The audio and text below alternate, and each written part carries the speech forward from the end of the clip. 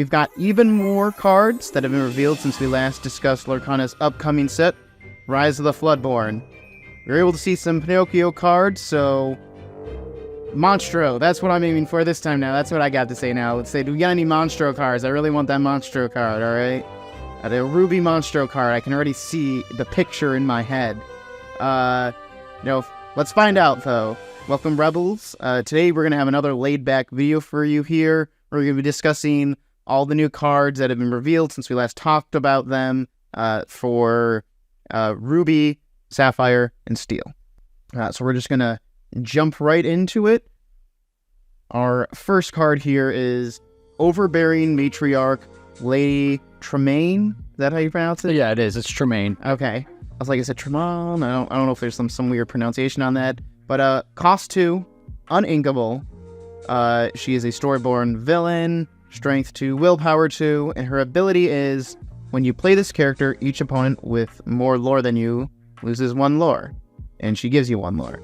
So I think for a common card, that's useful. It's very similar to the 3 inkable Aladdin, but that one's just a blanket. You just lose 1 lore no matter what. Yeah. Good early game if you're not focusing on lore right away, and your opponents are getting a little bit of ahead. It's nice to just be able to play that and be like, all right, you're coming back down to my level. Yeah, this fits the mold of the Ruby, strategy that is currently already out there. Mm-hmm. You know, a lot of people use Ruby to control other people's board via Be Prepared and Dragon Breath and Dragon Maleficent, and they also use it to control people's lore via the different Aladdins. So, and the Rapunzel. So, I'm, not shocked with this card. I can see people playing it for certain, and like you said, it's for a common card, it's usable. The next Ruby we have is another Minnie Mouse card. And it seems like Minnie Mouse gets a lot of Ruby cards. I think this is the 3rd Ruby Minnie Mouse that we Yeah, but this is the one another one we can shift onto, it seems like. Yeah, so this is a 2-cost inkable. It's Minnie Mouse zipping around. She's on a little scooter. Storyborn hero. And it is 3 strength, 2 willpower, 1 lore. Nothing other than that. Common card. There's, like you said, it's probably one you're going to shift onto to throw in your deck. Yeah, like if you got that Floodborn Minnie Mouse, you'll have a bunch of these in your deck, as well as the 1-cost Minnie Mouse from first chapter. That just seems kind of like more of a deck filler for getting that Floodborn out there, because that Floodborn is quite good. Right. And every card that every card in this set's not going to be a banger. It can't be. It's kind of like when we discussed like that 1-cost Flynn Rider, which was just like, 2 and 2, where it's like, yeah, you have some cards out there that are just meant to be like deck fillers. Yep. And that's what she seems like. Up next, we have a Vicious Cheater Scar. Now, he's cost 7, uninkable, which kind of sucks for me. Pardon my language, maybe, if you don't like that word. But already off the bat, because I'll tell you, I've had issues with my 8 uninkable Floodborn Scar card in the Ruby one. And this one is not a Floodborn, so you can only play it at 7. 6 strength, 5 willpower, so decent stats there for a 7 card. He's Rush, so this character can challenge the turn they're played, and his ability is Daddy isn't here to save you. It's just, there's a Disney card here that says Daddy, alright? I mean, he's sorry about that. 2 lore. During your turn, when this character banishes another character in a challenge, you may ready this character. He can't quest for the rest of this turn. So basically, it's like, you can have him rush and just wipe out a bunch of characters constantly till he's banned, he takes all the damage. Which, it's like, if you need to, attack 2 characters in the same turn, and you can just get him out there, and you can banish and defeat them, but that 7 uninkable is rough. The only thing I can see with him is, he's 7, which means he can sing Be Prepared, which would be kind of funny since that's his song, but yeah, I it's not good. I mean, I don't foresee me playing this card, but I do think there are people. I mean, look, Scar is one of the most popular Disney villains of all time. Yeah, people will build Scar decks, and like you said, Be Prepared is right now one of the best cards that is in the game. You're right. People will put this card in a deck. It will happen. Like I said, it's nice to have out there, since it's a 7-cost card that you can sing Be Prepared with instead of having to use 7 ink to play it. I believe it is 7 for Be Prepared, not 5, right? It is 7, yep. So I think 5 is Grab Your Swords. But it's like, I don't know, that uninkable makes it really unappetizing at all. Like, I think this card would be pretty decent if it had the inkable, but that really hurts it. Yeah, I completely agree with you there. And the next card, this next card, personally, I just like it. I'm a big fan of the character. I guess you and me are thinking of the same movie. It's a Tigger, one of a kind. Dreamborn Tiger. And it's kind of funny that Tigger gets his own subtype. So that's telling you, I mean, we do already have another Tigger card in Ruby. So it's telling you that we're going to have more Tiggers. Like, kind of like Broomstick has its own archetype. That's actually interesting. That's like a first. And yet this one's the one-of-a-kind Tigger. But anyway, so 3 cost, inkable, which is great. It's, one of these ones that the 3-3-3-3. 3 inkable and 3 strength and 3 willpower, but 1 lore. And energetic is its ability. Whenever you play an action, this character gets +2 strength this turn. So, look, I love the card. I love the art. I love Tigger. I don't necessarily think this is a card that you're going to see a ton of play. I could maybe I'll throw a couple in there just because it's inkable. Yeah. But yeah, I mean, I love Tigger. The Tigger movie was one that was watched a lot in my household. Recently, my daughter watched it, so I'm very, very new on it. But yeah, the Super Duper, Loop De Duper, Alley Over Bounce. Man, that song was hummed a lot in my household. And then it's just a really sad movie too, which it's one of those movies you don't really see a lot in kids media anymore, where it's really fun and energetic, but it's quite emotional too, and absolutely it can be stuff like that.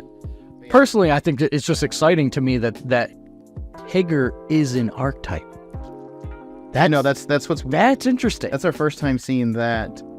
Also, I think because I think he was on the Mickey Mouse, but we have finally a character card from this movie. Is it, because I haven't seen this, is it Basil, Great Mouse Detective? It is. Basil. It is Basil. All right, Basil, the Great Mouse Detective. Cost 6, inkable, Floodborn, hero, detective. So was that Detective Mickey Mouse? Was he a detective subtype as well? He is, okay. Yes. So I wonder if we're going to see more cards that kind of refer to that then. Because we do have quite a few, specific character traits that have not been actually, listed in character abilities yet. Like detective, I don't think there's anything that says, if you play a detective, do blah, blah, blah, blah. But he's shift 5. So I think this is the first Floodborn card we've seen that isn't 2 below for its shift. Because typically if this was a 6 cost ink, it would be shift 4. This one is shift 5. And I think that is because his ability, there's always a chance, is if you used shift to play this character, you may draw 2 cards when he enters play. Which is quite great on top of the fact that, he has 3 strength, 4 willpower, and 3 lore gain. So it's getting this character out there is not only useful when he's in play, but when you play him, you get to draw 2 cards, which is great for Sapphire, because Sapphire doesn't have much draw support. Absolutely, and this is another one of those, I've said it, I think Emerald is going to be the tops, but I've said I'm really looking forward to building a Emerald Sapphire deck, and so I really think that this card is going to be a definite card in my Sapphire deck. Yeah. It is a super rare, so you're not going to see... It's going to be kind of like the Giant Fairy Tinkerbell, where it's another Floodborn character. In fact, that's actually going to make it pair quite well with my Sapphire Steel deck, where, I'll have Giant Tinkerbell, and that Basilisk, I do really want to get that. I think that's a really neat ability, especially when we get into his other characters here that were revealed. Yeah, so the next Basil, much like we've seen with the Merlin and the Madam Mim, they released a bunch of them. The next Basil is of Baker Street. 2 cost, inkable, 2 strength, 2 willpower, 1 lore, and he has support. It's a Dreamborn hero detective. This Basil's alright. It's there to be shifted onto. Yeah, exactly. It's there to be shifted onto. There's nothing extra special about it. Yeah, the support is nice because there are a couple cards in Sapphire that I haven't really built into my deck yet that are support.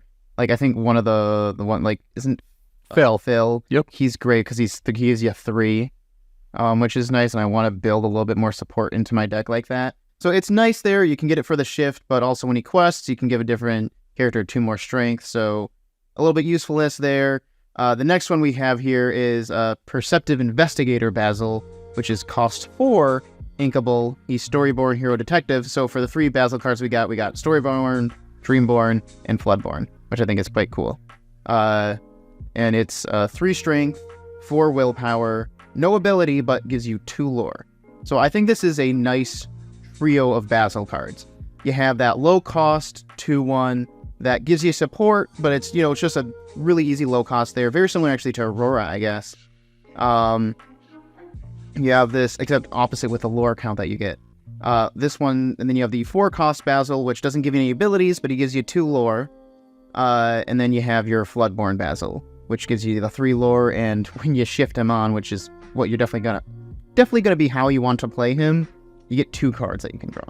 Yeah, I mean, to me, the Floodborn one is the best one, but there's not a bad one. Yeah. I would say the other ones are all right. Very similar to like how I actually think I would do is I have to take a look at all the cards that are going to be in Floodborn, but I'd probably but get the Aurora cards out of my deck and replace them with these Basil ones. Because I feel like it's a better trio of character cards that you can put in there, with the final Floodborn being good. Like the Aurora is good because of the ward, but it's only in very specific circumstances.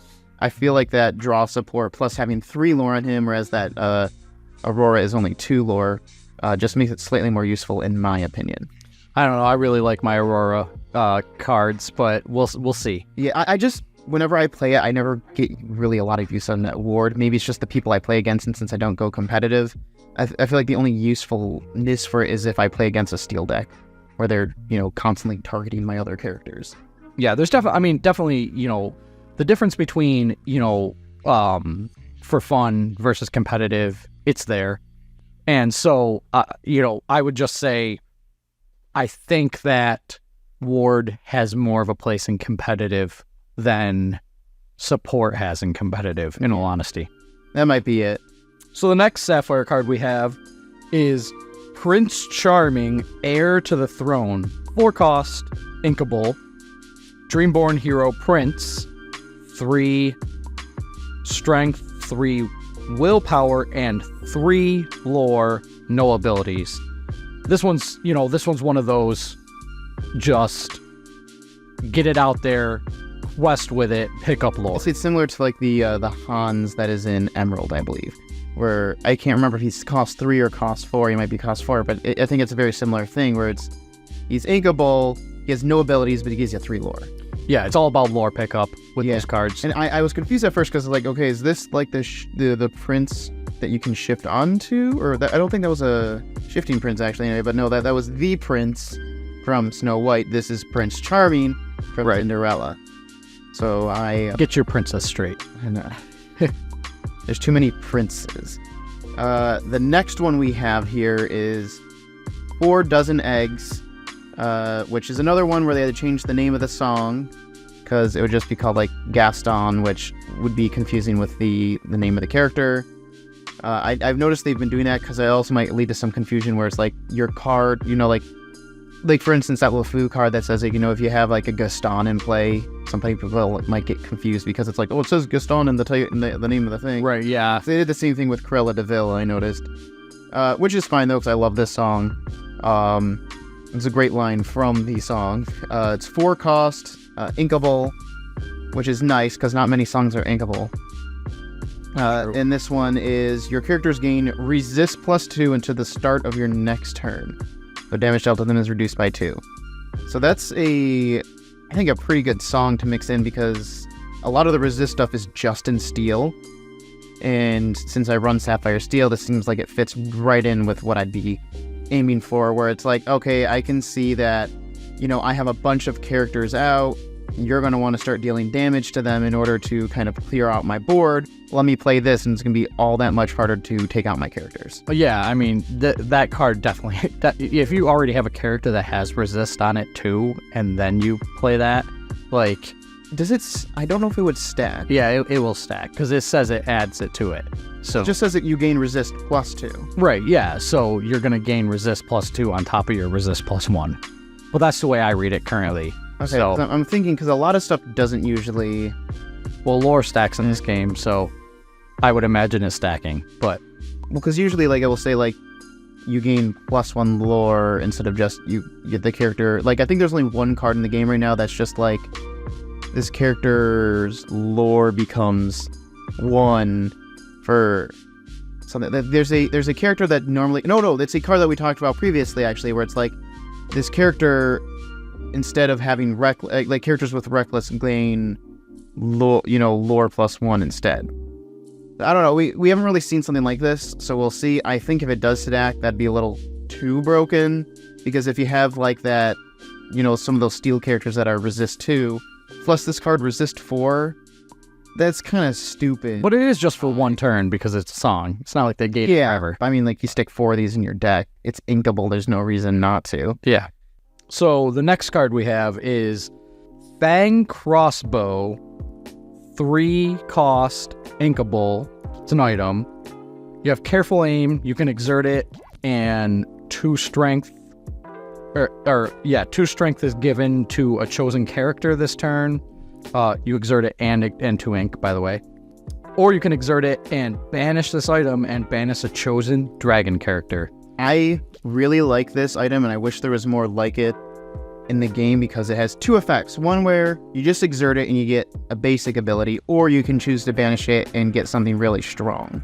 I really like that, where it gives you options, and it's the first item we've seen that does something like this, because I'm either just, you banish it and it does something and that's it. Or you have items that are just, you can turn them sideways and then do something smaller.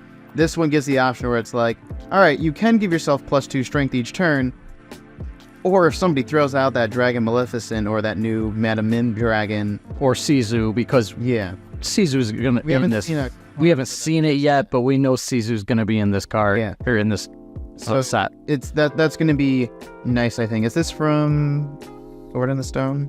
No, it's not from Sword in the Stone. Fang Cross. It's probably from. It's from Rye. Rye. Okay. Again, like I said, all this Riot stuff is brand new to me, but I'm just trying to think. It's like, what would be a thing that would banish a dragon character? Sword in the Stone? Yeah, unfortunately, this card makes me rethink about building a dragon deck as well, because it does basically cause a silver bullet on your dragons. Yeah, but you do have to banish the item to do that. Yeah, but if you stick 4 in a deck, that's 4 of your dragons that don't get to last. So it all depends. But yeah, I think it's a decent item. If your it's nice to have in your deck because it can be free ink, but if your opponent is running dragons, it does give you that extra ability. But also just the -2 strength is really nice, because I do play in some of my decks, like, it'll be nice for Sapphire because I have other cards in other decks. Like, I'm thinking Amber, I have that that beast card, that one action card that gives somebody -2, or the Maximus that gives -2. Because it is nice for, all right, I can hurt you and I don't get damaged as much. So, I think that is quite a nice item that I probably will run in my deck, more so than some of my other items. And another dragon character, by the way, that is probably coming, maybe not necessarily in this set yet, but we do know Mulan's in it, is Mushu. Yeah, that's right. We haven't seen any Mushu. Yeah. Of a dragon I hope we see at some point, because he technically is animated as well. It's Pete's dragon, all right? Oh, yeah. Very true. Now, yes, everything else is live action, so I don't know what they do with that, but just like a Pete's dragon would be kind of interesting to see. The last Sapphire card we're going to talk about here, which I think is the one I'm most excited for, is Gumbo Pot. It is an item, cost 2, inkable, and its ability is the best I've ever tasted. You can exert it and remove 1 damage each from up to 2 chosen characters. That is an instant replace for my coconut baskets. So coconut baskets is only good if you play a character. Coconut baskets aren't as tasty as Gumbo Pots. Yeah, I mean, I do like my coconut basket, because it is a way, especially when I run it with my Giant Fairy Tinkerbell, to get damage off of her, but I have to play a character card in order to do it. Whereas this one, sure, it is 1 less... Actually, no, because I think with Coconut Basket, it's only 1 damage as well. It's the flower that's 2. Golden flower. Banish the item. Golden flowers too. Yep. But yeah, for an item that just exists there and you can exert it, like this is just going to replace both the coconut baskets I use in my game, quite simply. Yeah, and I mean, it's another Princess and the Frog card, which is Is that Princess and the Frog? Oh yeah. I thought it was Sword and Stone. No. Something, like when they were washing the pots there, was there a Gumbo Pot in that one at all? No. Okay. Princess Tiana's whole thing is making gumbo in her bed and breakfast there. Okay, I just remember for wanting to open the store, because I do like that song too. So we're going to get into steel now, and the first steel we're going to do is a complement to that diver mini. We now have deep sea diver Donald Duck. And kind of like how there's the Three Musketeers currently, this seems to be something they're going to have. Is it a trait on there though? Like, it's not a trait. It's Dreamborn. It's a Dreamborn hero. It doesn't have diver as a trait. I think it's just something that they're going to have within all their sets. Look at this. They're kind of known as the Sensational Six, the main core Mickey characters. I think they're probably going to have a lot of these situations where they have the characters in the same attire, same profession, etc. Where specifically, this one is a 5-cost inkable, 6 strength, 5 willpower, no abilities, only 1 lore, but he is strong. Yeah, it's another, just strong steel character. And I like the art. You actually get to see the Deep Sea Diver mini in the background of the art, which is kind of cool as well. Yeah, it's one I don't know if I'd ever put in my deck, but it is a nice option. One that is kind of nuts, though, the next one here is Night for a Day Goofy. Our second 9-cost card is inkable. He's 10 strength. This is the first time we've had over 9. 10 strength, 10 willpower, 4 lore. That's it. That's kind of crazy. Another 4 lore character. I think that's the second one we've seen here. Right? Second one we've covered. Yeah, but in this one, 3rd overall in the game so far. But just that, it's like, hey, you thought that 8-cost Maui card was great with the 8 and 8 and 3 lore. Well, here's your 9-cost Goofy. That's 10 and 10 and 4 lore. This guy, I personally, I don't see me getting it out often, but I just love it. Well, it just seems like it's just 1 more than the Maui card. That's it. So it's like probably a good, if you run 2 Mauis, you'd want to replace at least 1 with this card, I feel like. Yeah, I mean, I'm interested to see who can use it, and I just hope it's not getting used against me that often. That's all I can say. And better be afraid if I get one in my deck. So our next one is a Mulan character, Li Shang, archery instructor. Is it Shang? I always call it Shang, but it's probably Shang. 5-cost, inkable. This is embarrassing because I'm such a big Mulan fan, and I'm just like, I know this. Why is it not coming into my head? Well, I apologize if we're mispronouncing the name. He's a 3 strength, 6 willpower character that gets 2 lore, and archery lesson is its ability. Whenever this character quests, your characters gain evasive this turn. Definitely an excellent card, because he quests for 2 lore nonetheless, so you're going to want to quest with him. 6 willpower, so you know he's probably hanging around for at least a turn or 2. Yeah, it's another nice, because we have a couple other cards like that in steel. Like, there's not a single steel card that is just straight up evasive, but there's quite a few cards in it that give other cards evasive that turn, like the bodyguard Donald Duck. I believe it's all Musketeers evasive. You have that Simba card, Who gives himself evasive. evasive when you play him. I think there's one more steel card that has to do with evasive. But then this one is another, but this one gives all characters evasive, which I think is nice. So it's another one where, okay, you're dealing with, steel just seems like the anti-evasive deck now, because you have not only like Smash and Fire the Cannons, which are really good at dealing with evasive characters when you don't have evasive yourself, but it has all these cards that can make them evasive on that turn, so you can challenge and get rid of those pesky evasive cards. So this is another nice little addition. Yeah, absolutely. Our final card here, kind of going off that whole musketeer thing that we were talking about, is Mouse Armor. Actually, I don't know if it is from Mouseketeers or not, but it seems like it would be. It's cost 2, uninkable. It is an item, but its ability is Protection, which is when you exert it, chosen character gains resist +1 until the start of your next turn. So damage dealt to them is reduced by 1. So it's very similar to that song, 4 Dozen Eggs, but it's an item, so you can keep doing it every turn. Yeah, I mean, that's awesome. I mean, I like that you can keep doing it. It's a solid item. Definitely glad that they added this to the game. Now, remind me, this affects things if you challenge as well.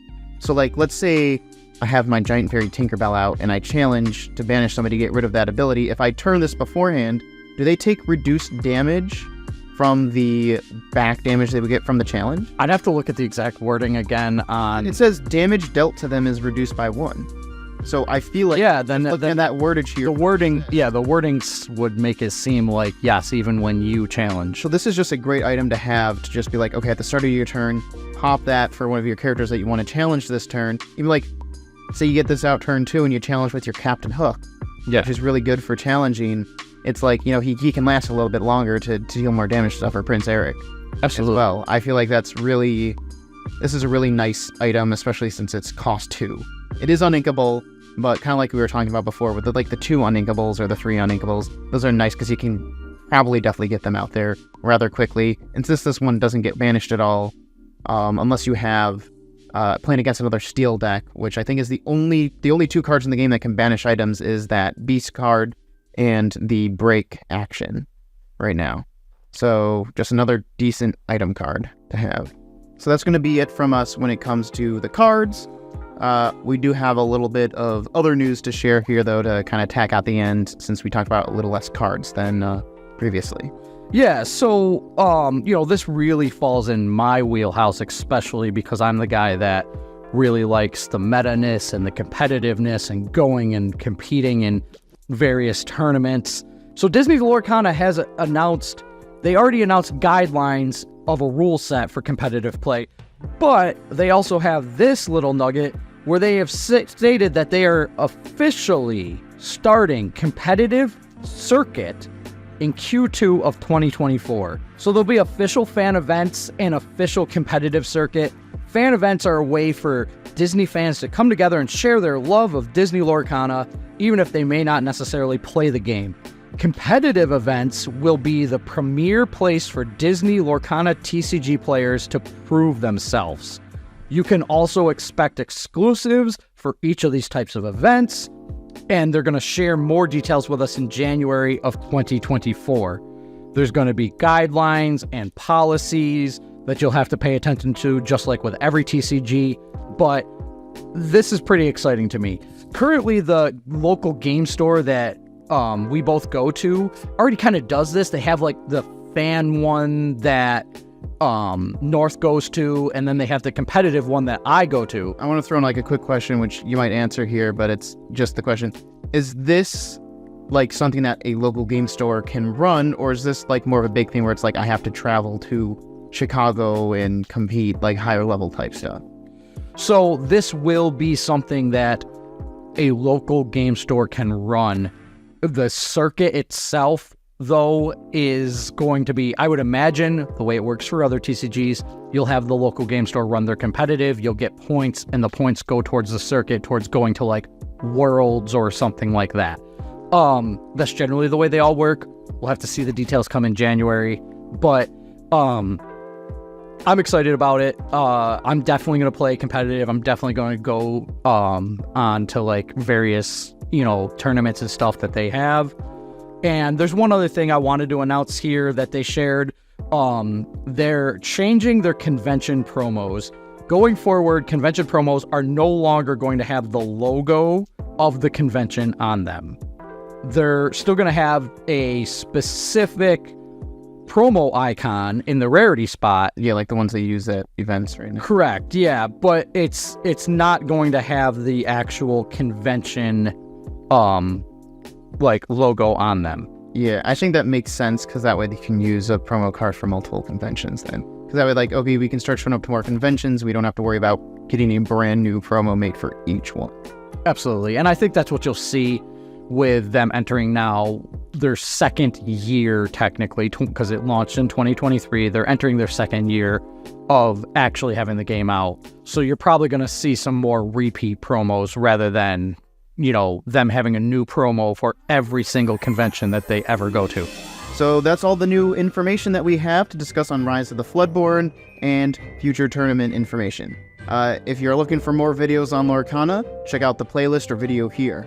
Until next time, have fun and game on. Quest on.